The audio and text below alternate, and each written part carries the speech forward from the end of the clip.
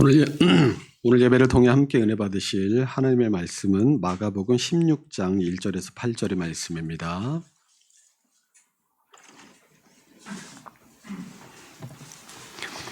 신약성경 84페이지 마가복음 16장 1절에서 8절의 말씀입니다.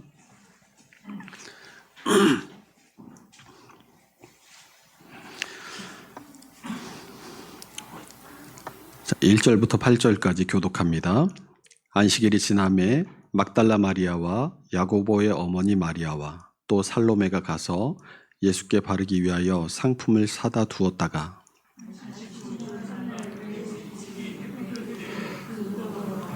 서로 말하되 누가 우리를 위하여 무덤 문에서 돌을 굴려주리요 하더니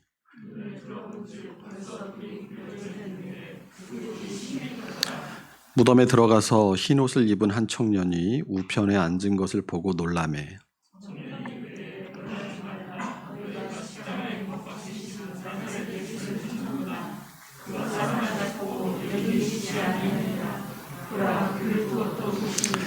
가서 그의 제자들과 베드로에게 이르기를 예수께서 너희보다 먼저 갈릴리로 가시나니 전에 너희에게 말씀하신 대로 너희가 거기서 배우리라 하라 하는지라.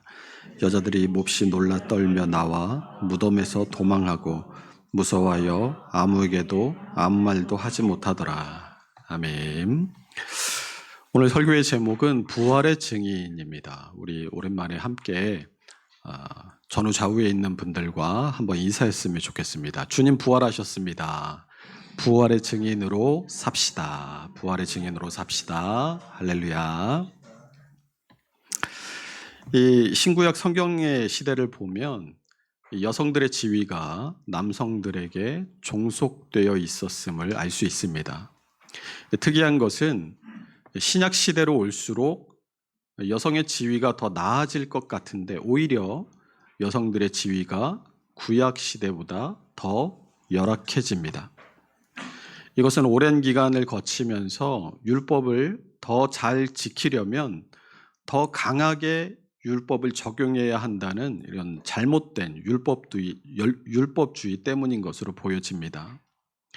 그러나 성경의 역사를 들여다보면 많은 부분에 여성들이 등장하고 그 여성들이 하나님의 구원 사역에 결정적인 역할들을 하는 경우들을 찾아볼 수 있습니다. 마태복음 1장의 예수님의 족보에도 다말, 라합, 룻, 밧세바, 마리아의 5명의 여성이 등장합니다. 당시 유대인의 족보에는 여자가 들어갈 수 없었는데 예수님의 족보에는 무려 여성이 5명이나 들어가 있습니다. 이 5명의 여성들의 면면을 살펴보면 다말은 창세기에서 야곱의 12아들 중 하나인 유다의 며느리였지만 계대 결혼의 의무를 감당하지 않는 유다에게 창녀로 가장해서 유다의 아이, 그러니까 시아버지의 아이를 낳은 여인이었습니다. 이방 여인으로 라합은 가나안을 정탐하러 온 이스라엘의 가나안 정탐꾼들을 숨겨준 여인이었습니다. 또 룻도 이방 여인으로 모압 족속이었습니다. 이 모압 족속은 하나님께서 여호와의 총회에 들어오지 못할 족속으로 율법에 못 박아 놓으신 족속이었습니다. 가나안 정복 전쟁 당시에 발람을 동원해서 이스라엘을 저주했을 뿐만 아니라 후에 유다가 멸망할 때에도 유다의 멸망을 기뻐했기 때문입니다. 그리고 밧세바는 다윗 왕과 간통한 여인이었습니다. 예수님의 육신의 어머니 마리아 역시 나사렛에 그저 별 볼 일 없는 가문의 평범한 여인이었습니다. 요한복음 1장 46절에서 나다나엘이 나사렛에서 무슨 선한 것이 날 수 있겠느냐라고 반문한 것처럼 아무도 주목하지 않는 동네에서 나고 자랐고 그와 정혼한 요셉은 목수였는데 이 당시 목수가 유대의 5가지 사회 계층 가운데 가장 밑바닥인 손노동자 계층이었음을 생각해 볼 때 마리아 역시 그저 그런 별 볼 일 없는 계층에 속해 있었음을 알 수 있습니다. 더구나 당시의 율법과 통념으로 본다면 결혼하기도 전에 아이를 가진 돌에 맞아 죽었어야 할 여인이었습니다. 이처럼 거룩한 예수님의 족보에 어떻게 여인들이, 더구나 이런 여인들이 이름을 올릴 수 있었겠습니까? 예수님의 족보는 그냥 족보가 아니라 믿음의 족보였기 때문인 줄로 믿습니다. 이 5명의 여인들은 모두 믿음으로 하나님의 뜻에 순복함으로 복을 받은 여인들이었습니다. 이처럼 하나님은 사람의 기준으로 볼 때는 평범하고 또 보잘것없고 어쩌면 어떻게 저런 사람이라고 할 정도의 이 의문 부호가 붙는 사람들을 통해서도 역사를 이루어 가십니다. 왜이겠습니까? 하나님께서 만약 정말 뛰어난 재능을 가진 사람이나 똑똑한 천재들만을 들어서 쓰신다면 하나님의 영광이 온전히 드러날 수가 있을까요?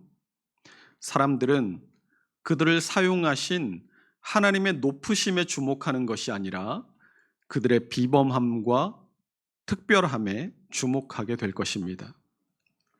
그러나 하나님은 때로는 가말리엘의 제자요, 로마의 시민이요, 율법의 천재인 바울과 같은 사람도 쓰시지만 갈릴리의 무지렁이 촌놈인 베드로와 같은 사람도 들어 사용하십니다.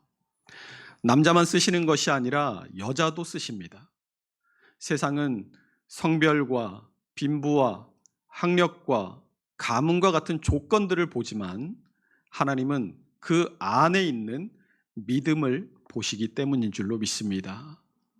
이처럼 세상이 보기에 평범하고 보잘것없는 사람도 하나님은 그 안에 믿음을 보시고 그 사람을 빚어 하나님의 역사를 이루어 가시는 줄로 믿으시기 바랍니다. 그러므로 우리도 나 자신이 아무것도 아닌 것 같고 또 아무것도 할 수 없을 것 같다 할지라도 하나님의 손에만 붙들려지면 하나님의 놀라운 역사를 이룰 도구가 될 수 있음을 믿으시고 주님께서 우리를 부르실 때 아멘으로 순종할 수 있는 사람들이 될 수 있으시기를 주님의 이름으로 축원합니다. 오늘 본문에 등장하는 주인공들도 모두 여자들입니다. 본문 1절을 보시면 등장하는 세 여인이 막달라 마리아, 야고보의 어머니 마리아, 살로메 이렇게 세 사람이 등장합니다. 우리가 흔히 이 막달라 마리아가 향유를 부은 여인이고 또 가늠하다 붙잡혀온 이 여인으로 착각을 하는데 사실 이 막달라 마리아는 7 귀신에 들렸다가 예수님께서 고쳐주신 여인이 막달라 마리아입니다. 우리 누가복음 8장 1절에서 3절의 말씀을 함께 읽어봅니다.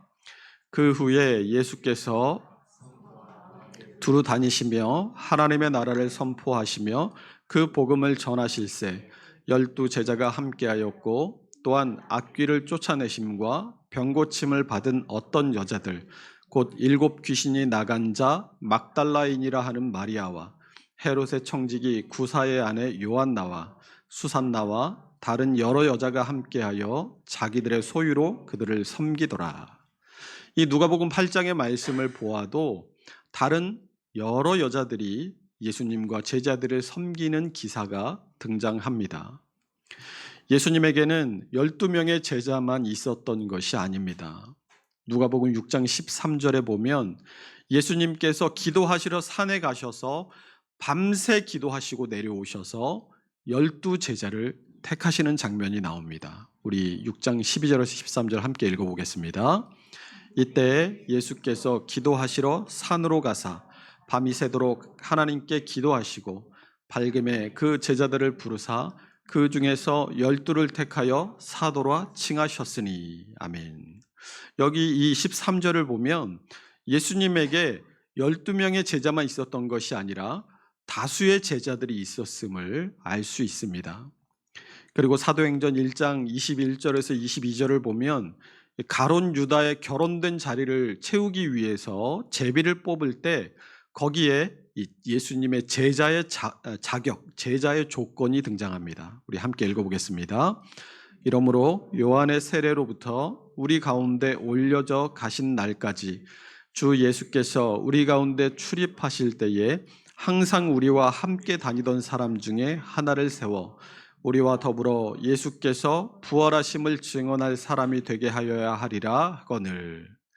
예수님의 부활을 증언할 사람, 곧 제자의 조건은 요한의 세례 때부터 우리 가운데에서 올려져 가신 그날까지 주 예수께서 우리 가운데 출입하실 때 항상 우리와 함께 다니던 사람 중에 하나라는 것입니다. 예수님의 공생애 가운데 주님의 곁에는 항상 많은 무리들이 구름과 같이 따라다녔습니다. 그 중에는 단순한 흥미거리로 좋은 구경을 하기 위해 따랐던 사람도 있을 수 있지만 대부분은 예수님의 가르치심과 또 그분의 행하신 기적을 보고 주님을 따르던 사람들이었습니다. 이들 가운데 특별히 예수님께서 12명을 지명해서 제자로 삼으신 것이지 12제자 외에는 예수님의 제자가 아니다라고 말할 수 없는 거예요. 예수님의 공생애를 알고 또 하나님의 아들 되심을 믿음으로 고백하며 또 그분의 가르침을 따라 살고자 한다면 누구나 다 주님의 제자라고 말할 수 있을 것입니다. 그게 누구입니까? 바로 우리들입니다. 우리는 주님과 그분께서 행하신 일들을 믿음으로 고백하죠. 또 그분의 십자가 고난과 부활을 통해서 주님께서 하나님의 아들이심을 믿고 또 그분의 보혈의 공로로 내가 구원받았음을 믿는 사람들, 그 사람들일 뿐만 아니라 우리의 삶을 주님의 뜻을 이루기 위해 내드리기로 결심한 사람들 아닙니까? 그러므로 우리 모두가 주님의 제자로서 부활의 증인으로 살아야 할 사명이 있다라는 사실을 믿으시기 바랍니다. 오늘 본문에 등장하는 이 막달라 마리아는 사복음서 모두에서 예수님께서 십자가에 못 박혀 죽으실 때 그곳을 끝까지 지키고 있었고 예수님이 매장될 때 그것을 목격하고 시신의 발을 향품을 준비했으며 주님의 부활의 첫 증인으로 등장합니다. 야고보의 어머니 마리아는 작은 야고보와 요새의 어머니 마리아를 말하는데 이 작은 야고보란 이 요한과 형제인 야고보를 말하는 게 아니라 알페오의 아들 야고보를 말하는 것입니다. 주님의 제자 가운데 야고보가 두 사람이 있었어요. 그런데 이 두 사람이 하나는 큰 야고보, 하나는 작은 야고보로 불렸는데 키가 크고 작아서 큰 야고보, 작은 야고보인지 아니면 믿음이 커서 큰 야고보, 작은 야고보인지 아니면 잘 살아서 큰 야고보, 작은 야고보인지는 모르지만 어쨌든 이 요한의 형제인 이 야고보 그리고 신약 성경의 첫 번째 순교자로 등장하는 야고보가 바로 큰 야고보고 그리고 예수님의 제자 가운데 알페오라는 사람의 아들, 알페오의 아들 야고보를 작은 야고보로 불렀어요. 이 알페오의 아들 작은 야고보의 어머니 마리아가 있었다라는 거예요. 그리고 살로메라는 사람은 예수님의 이모입니다. 그리고 요한과 큰 야고보의 어머니이기도 했어요. 예수님께 찾아와서 이 요한과 야고보의 하나님 나라에서 요한과 야고보를 주님의 우편과 좌편에 앉게 해주세요 하고 이 자리를 청탁했던 어머니가 바로 이 살로메였습니다. 이 세 명의 여인들에 대해서 마가복음 15장 41절에서는 이들은 예수께서 갈릴리에 계실 때에 따르며 섬기던 자들이요라고 기록하고 있습니다. 귀신 들리고 세속적인 권력에 대한 욕망과 잘못된 자식 사랑 때문에 삐뚤어지고 또 한없이 보잘것없이 작고 또 평범한 사람들이었지만 이들은 주님을 사랑했고 믿었으며 주님을 따랐습니다. 예수님께서 잡히시던 밤 주님을 따르던 제자들이 모두 뿔뿔이 흩어져 도망가 버렸을 때도 여인들은 주님의 곁을 지켰습니다. 그리고 예수님이 십자가에 죽으시는 그 순간에도 그들은 십자가 아래에 있었습니다. 우리 마가복음 15장 37절에서 41절 말씀 함께 읽어보겠습니다. 예수께서 큰 소리를 지르시고 숨지시니라. 이에 성소 휘장이 위로부터 아래까지 찢어져 둘이 되니라. 예수를 향하여 섰던 백부장이 그렇게 숨지심을 보고 이르되 이 사람은 진실로 하나님의 아들이었도다 하더라. 멀리서 바라보는 여자들도 있었는데 그 중에 막달라 마리아와 또 작은 야고보와 요새의 어머니 마리아와 또 살로메가 있었으니 이들은 예수께서 갈릴리에 계실 때에 따르며 섬기던 자들이요 또 이외에 예수와 함께 예루살렘에 올라온 여자들도 많이 있었더라. 아멘. 이들은 주님의 십자가 아래를 지켰을 뿐만 아니라 아리마대 사람 요셉이 예수님의 시체를 달라고 해서 자기가 새로 판 무덤에 안치할 때에도 그 현장에 따라갔습니다. 우리 마가복음 15장 46절 47절도 함께 읽어보도록 하겠습니다. 요셉이 세마포를 싸서 예수를 내려다가 그곳으로 싸서 바위 속에 판 무덤에 넣어두고 돌을 굴려 무덤 문에 놓음에 막달라 마리아와 요새 어머니 마리아가 예수 둔 곳을 보더라. 여러분, 이 여인들이 무덤까지 따라가서 예수님을 둔 곳을 왜 봤을까요? 다시 올 생각을 하고 있었던 거죠. 당시 이 유대인들의 장례 풍습은 남자가 하는 일과 여자가 하는 일이 구분되어 있었습니다. 남자들은 시체를 무덤까지 운구했고 그때 전문적으로 곡하는 여인들과 피리 부는 사람들이 그 장례 행렬을 따라갔습니다. 그리고 남자들이 시체를 무덤에다 놓으면 여자들이 그 시체에 향유를 바르고 세마포로 그 시체를 쌌습니다. 본문 1절과 2절을 한번 다시 보세요. 안식일이 지남에 막달라 마리아와 야고보의 어머니 마리아와 또 살로메가 가서 예수께 바르기 위하여 향품을 사다 두었다가 안식 후 첫날 매우 일찍이 해 돋을 때에 그 무덤으로 가며, 이렇게 되어 있죠. 안식일은 금요일 해가 지고부터 그 밤이 지나고 토요일 해가 질 때까지, 그때가 안식일입니다. 예수님께서 돌아가신 시각이 금요일 오후였기 때문에 해가 떨어지면 안식일이 이제 시작되잖아요. 안식일이 시작되면 아무것도 못하는 거예요. 그러니까 해가 떨어져서 안식일이 시작되기 전에 빨리 예수님의 시체를 내려서 무덤에 넣기 위해서 아리마대 사람 요셉이 찾아가서 빨리 예수의 시체를 달라고 합니다. 그리고 얼마나 급했던지 시체의 향품으로 염도 못하고 급하게 세마포로 둘둘 싸서 무덤에 넣고 돌로 무덤 문을 막았던 거예요. 세 여인이 예수님의 십자가 아래서부터 그 장면을 보고 있었잖아요. 그런데 세마포로 둘둘 싸는데 향료를 안 바르는 거예요.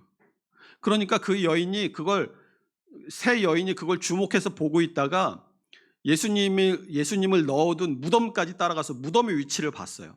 그리고 나서 안식일이 이제 금요일 저녁부터 토요일 해가 딱 떨어지는 그 순간에 해가 떨어지자마자 상점으로 빨리 달려가서 향품을 샀습니다. 그리고 이제 해가 떨어져서 움직이지는 못하니까 그 다음날 당장은 못 가고 안식 후 첫날, 그러니까 주일 아침에 해가 밝아오자마자 무덤으로 달려간 거예요. 자기들이 갈 수 있는 한도 내에서 가장 빠른 시간에 예수님의 무덤으로 찾아간 겁니다. 뭐하러 간 거예요? 예수님의 시체에 제대로 향품을 바르고 세마포로 다시 곱게 싸기 위해서 간 거예요.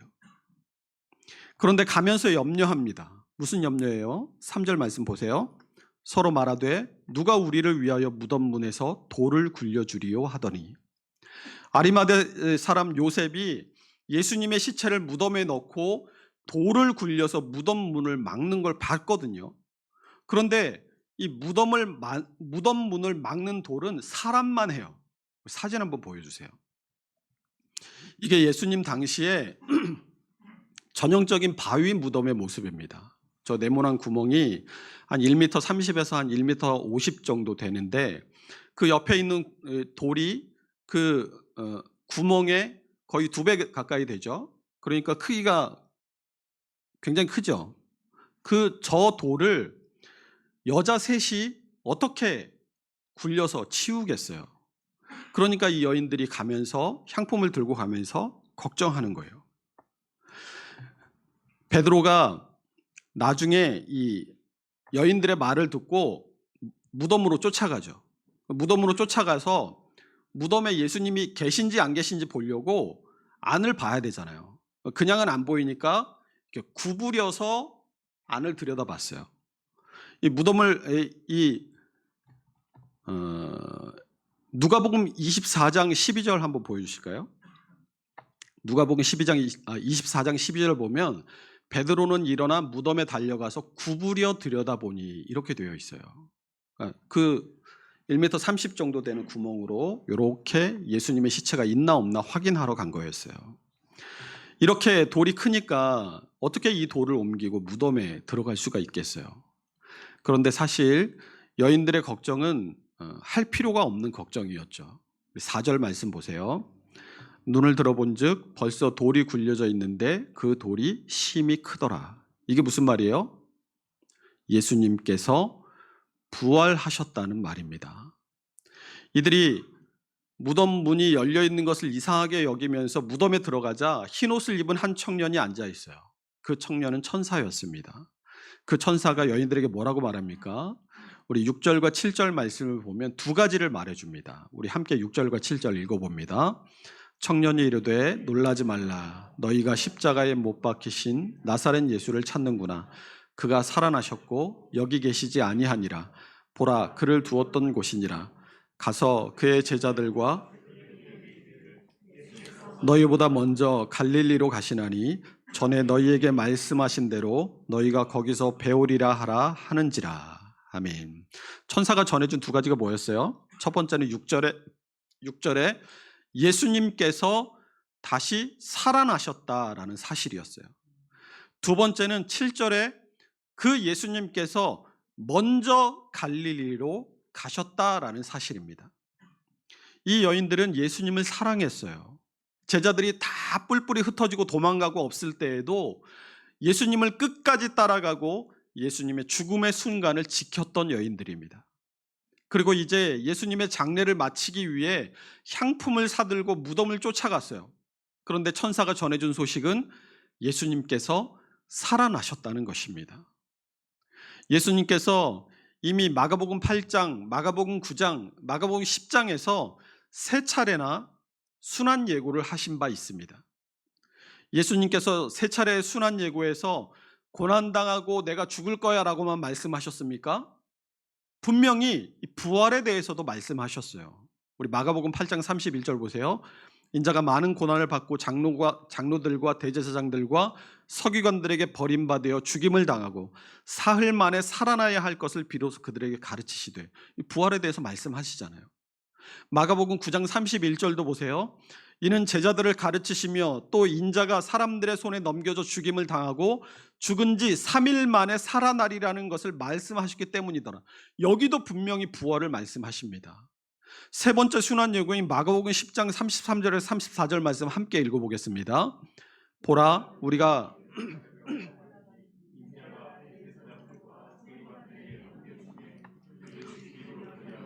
이방인들에게 넘겨주겠고 그들은 능욕하며 침뱉으며 채찍질하고 죽일 것이나 그는 3일 만에 살아나리라 하시니라. 아멘.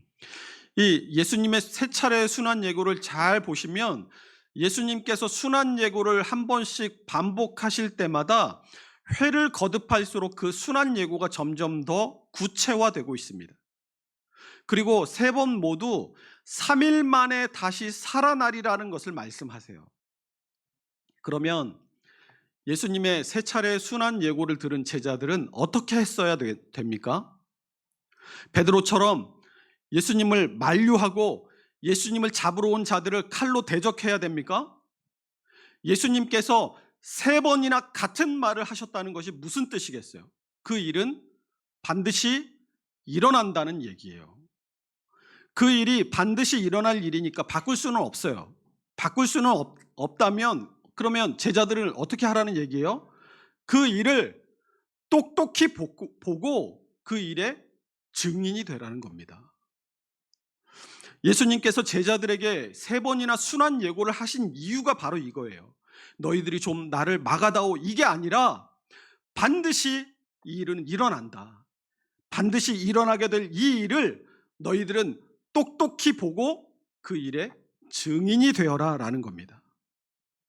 예수 고난의 증인, 예수 부활의 증인으로 살아가라는 말씀인 거예요. 그런데 제자들은 예수 고난의 증인이 되지 못했습니다. 그러나 여인들은 예수 고난의 증인이 되었어요. 십자가 아래에서.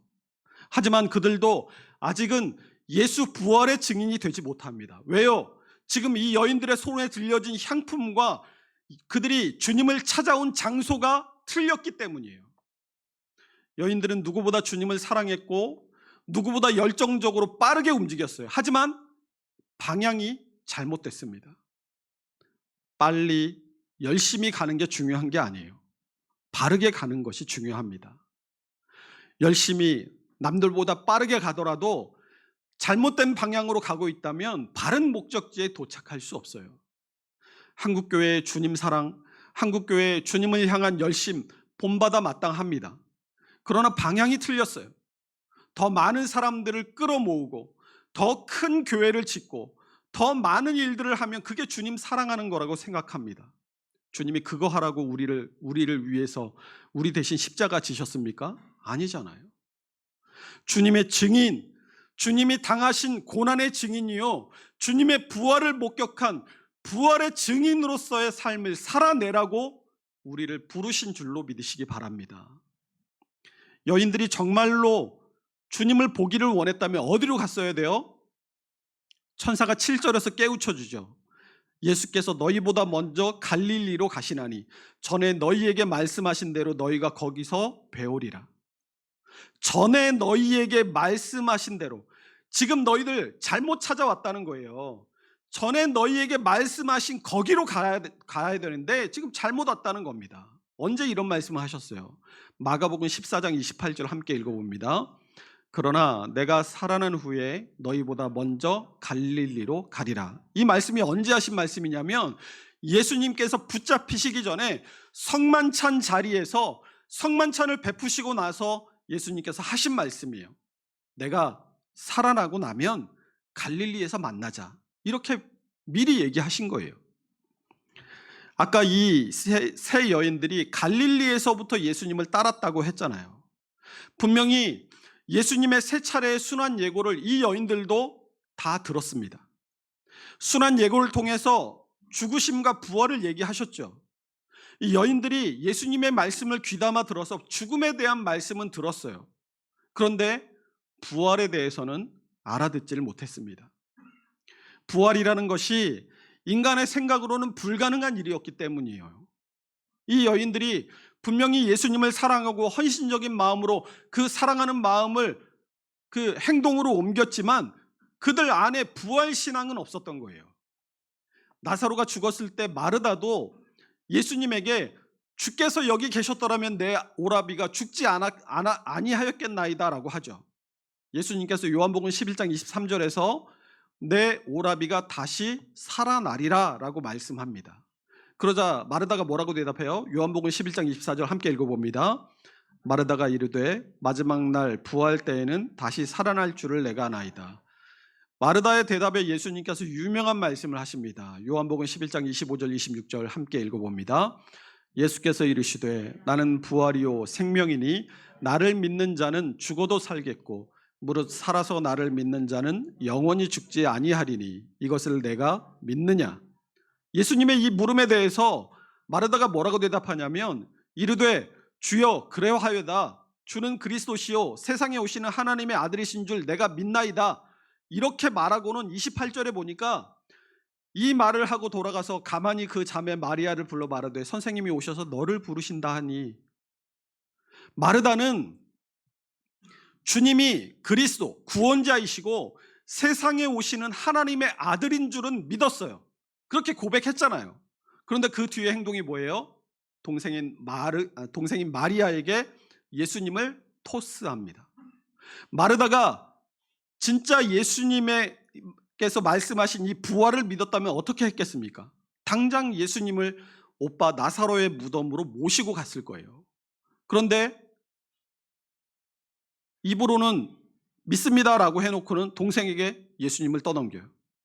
내가 주님이 구원자이고 하나님의 아들이신 것은 내가 믿겠는데 부활은 내가 못 믿겠다라는 겁니다. 부활의 신앙이 없어요. 예수 믿는 사람 중에도 예수님이 구원자이시고 하나님의 아들이라는 것은 믿고 고백하는데 부활을 못 믿는 사람들이 있습니다. 예수를 믿는데 내 이성 안에서만 믿는 거예요. 예수를 내 이성 안에서만 믿는 것은 진정한 믿음이라고 할 수 없습니다. 그건 반쪽짜리 믿음이에요. 예수를 믿는다는 것은 내 이성적으로 예수 그리스도께서 2000년 전에 실존하신 분이고 그분이 가르치신 그 가르치심이 진리임을 믿고 따르는 것, 그것과 동시에 한편으로는 그분께서 하나님의 아들이심, 그리고 그분께서 사람들에게 행하신 이 사람의 이성을 뛰어넘는 초자연적인 기적이 가능하다는 것을 믿는 것이 바로 믿음인 겁니다. 그런데 우리는 우리의 이 생각의 테두리, 내가 아는 만큼 그 안에다가 주님을 가두려고 하는 어리석음을 범해요. 주님은 전능하신 하나님, 모든 것을 가능케 하시는 하나님이심을 믿으시기 바랍니다. 이걸 믿어야 부활을 믿고 인정할 수 있게 되는 거예요. 어떻게 이 사실을 믿을 수 있겠습니까? 천사가 믿을 수 없는 이 부활의 사건 앞에서 놀라서 떠는 여인들에게 뭐라고 얘기합니까? 전에 너희에게 말씀하신 대로라고 주님의 말씀을 기억할 것을 얘기해요. 여러분, 믿음은 양면적인 거예요. 이해될 때까지 말씀을 읽고 듣고 묵상함으로 믿음에 이릅니다. 반대로 도무지 믿어지지 않을 때는 그저 받아들이는 것으로 믿음에 이르게 돼요. 이것을 계시의존적 사색이라고 말합니다. 옛날에 신학생들이 박윤선 박사님이 신학교에서 강의하실 때 박윤선 박사님이 워낙 해박하시니까 많은 질문들을 쏟아냈어요. 그러자 교수님이 이 펴고 있던 성경책을 팡 덮으시면서 안 믿어지면 덮어놓고 믿어, 이렇게 얘기하셨어요. 신학자이고 석학인데 어떻게 덮어놓고 믿으라고 말할 수가 있겠어요. 그런데 이 박윤선 이 박사님의 말은 맹목적으로 믿으라는 말이 아니라 믿지 않으려고 노력하지 말고 믿기 위해서 노력하라는 뜻이었어요. 주님을 사랑하는 사람만이 믿기 위해 노력할 수 있습니다. 이 말씀에 뿌리 내린 신앙은 말씀 속에 일어난 사건과 기적들을 통해서 반드시 전능하신 하나님을 발견하고 만나게 돼요. 말씀 속에서 만나는 전능하신 하나님은 불가능이 없으십니다. 거룩하신 하나님이 어떻게 죄 많은 우리를 사랑하실 수가 있겠어요? 전능하시기에 가능한 줄로 믿습니다. 하나님께서 어떻게 독생자이신 한 분밖에 없으신 그분의 아들을 우리를 위해서, 죄 많은 우리를 위해서 내어주실 수가 있겠어요? 전능하시기에 가능한 거예요. 우리를 위해 십자가 지신 예수 그리스도를 그러면 어떻게 하나님께서 다시 살리실 수 있습니까? 전능하시기 때문에 가능한 줄로 믿으시기 바랍니다. 부활하신 주님이 믿어지지 않으신다면 말씀 속에서 전능하신 하나님을 만나시기 바라요. 말씀 속에서 전능하신 하나님을 만나고 믿을 때 예수 그리스도의 부활이 믿어지고 부활의 증인으로 이 땅을 살아갈 수 있게 되는 겁니다. 마가복음 16장 20절, 마가복음의 끝절을 함께 읽고 말씀을 마치도록 하겠습니다. 제자들이 나가 두루 전파할세 주께서 함께 역사하사 그 따르는 표적으로 말씀을 확실히 증언하시니라. 이 말은 우리가 부활의 증인으로 살아갈 때 지금도 살아계신 주님께서 우리의 삶 가운데 역사하시고 그 주님의 역사가 우리의 전하는 증언이 진리라는 것을 증명해 주신다는 말이에요. 그러므로 우리 모두가 이 부활절 예배 그리고 성찬을 통해서 주님의 죽으심 그리고 주님의 부활하심의 의미를 다시 한번 우리의 마음에 깊이 새기고 부활의 증인으로 살아가야겠다라는 결심을 이 시간 할 수 있으시기를 바랍니다. 그 결심을 통해 주님의 뜻에 합당한 삶을 힘있게 살아갈 수 있는 부활의 증인된 삶을 살아가는 저와 여러분이 될 수 있으시기를 주님의 이름으로 축원합니다. 기도하겠습니다.